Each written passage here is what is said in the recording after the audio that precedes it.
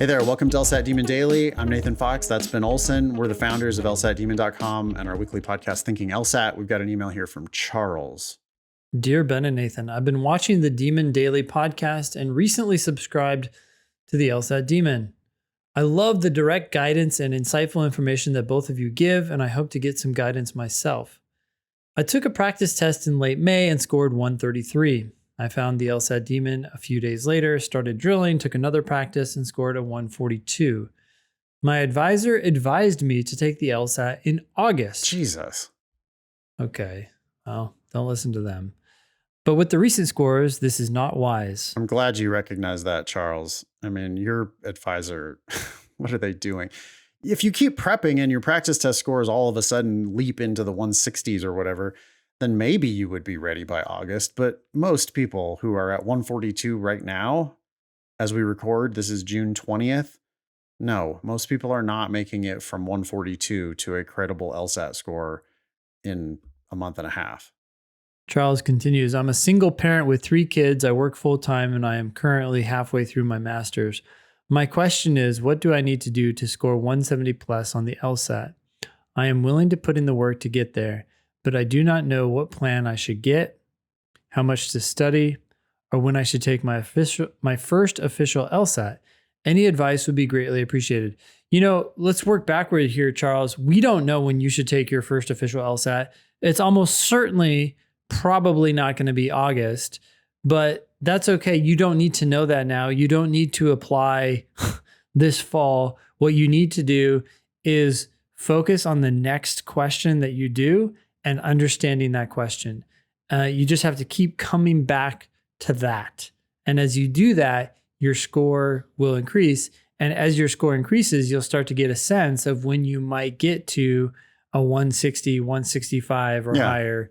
And then you sign up for the test. Do a full practice test once a month and keep track of your results. And over time, when the practice test scores get closer to the 170s, then you could start thinking about scheduling an official test, but not before that. I want to look at that master's. I'm currently halfway through my master's. Yeah, what do you think? Why? I mean, like, what are we doing here? Are we trying to be an attorney, or are we trying to do something else with some master's in some other field? Who knows? Consider dropping out of your master's, because many, if not most, master's degrees are going to just be totally trumped by the JD. If you're going to practice law, you need the JD. You don't need any of these masters. Yep. Almost always. If you're devoted to that master's and you're going to finish it for sure, then why are you also LSAT studying and working full time? And what are you really getting out of that master's? 3 kids. Yeah, I got a full-time job. I got 3 kids and I'm LSAT studying. Also, I'm doing a master's. Well, something's got to give. Like, you're not putting your full self into at least one of those things. Yeah. So, you know, it costs us money to give this advice, but you could always put your Demon account on hold, finish up your master's, get that in your rearview mirror, then come back to working on the LSAT. Or decide to pursue whatever career opportunities are available through that master's program.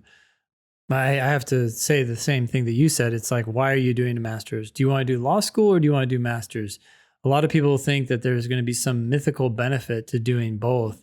And there can be. I'm not saying there's not, but it's usually much smaller and rarer than people think. I mean, most masters are bullshit. Like, it's just unless it's some technical degree, then my hypothesis is always going to be, okay, I don't see how that's helping you. Law school trains generalists who are meant to be able to learn everything they need to know about any area of law, any legal matter, and go learn enough about it to represent somebody. And you would do that in preparation for the matter at hand. Your master's wouldn't have anything to do with that. Yeah. I don't know. Charles, I think you have your work cut out for you. So I would look at cutting some of that work. Yeah, I mean, you're looking for a 40-point improvement. which would like be the most we've ever seen. That's not to say that it can't happen, because people do make it from the 130s into the 170s. But, 133, low 130s, trying to get to 170. That's a big improvement. And some people are going to take a year to make that improvement. Putting that issue aside, if Charles is going to study now, how does Charles decide what LSAT demon plan to get?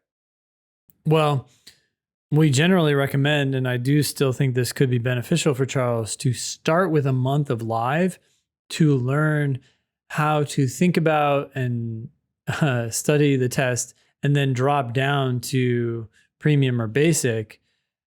But do you have time to even go to class? I mean, I have kids, when they get home from school, and now it's summer, but when they get home from school, it's like day over. So there's a lot going on. I don't know. If you have the time to attend classes, maybe one a day, then get live for a month and then downgrade.